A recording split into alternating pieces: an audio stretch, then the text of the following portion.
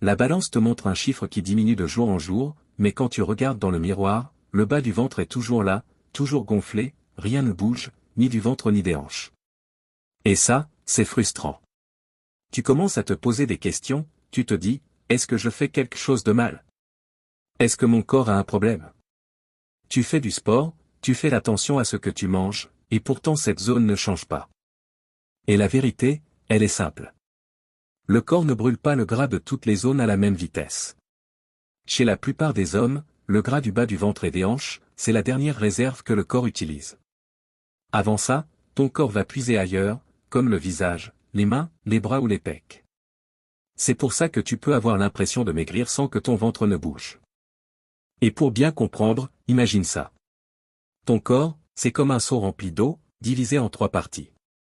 Quand tu commences à perdre du gras, le corps va d'abord utiliser l'eau des 2 premières parties, c'est-à-dire les zones qui réagissent vite. Mais le bas du ventre, c'est tout au fond du seau.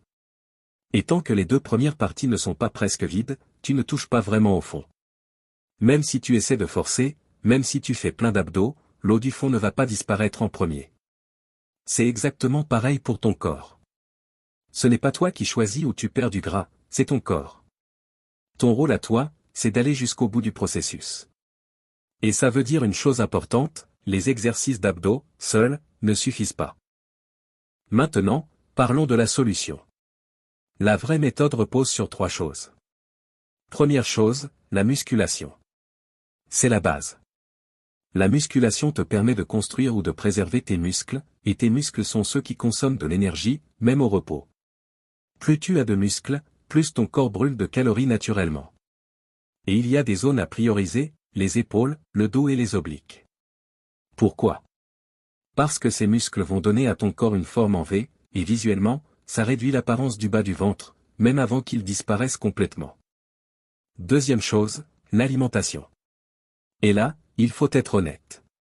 La motivation ne suffit pas, ce qui fait la différence, c'est la discipline. Beaucoup de gens commencent motivés mais abandonnent après quelques semaines. Si tu veux des résultats, tu dois être constant.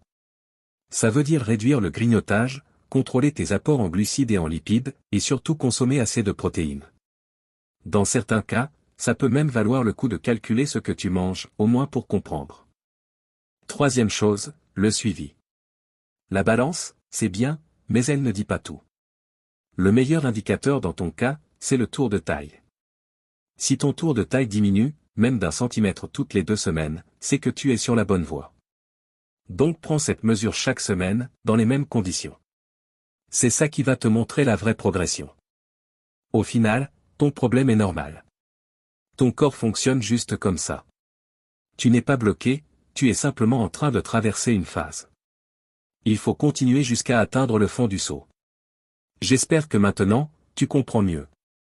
Et si tu veux d'autres conseils pour transformer ton physique, abonne-toi.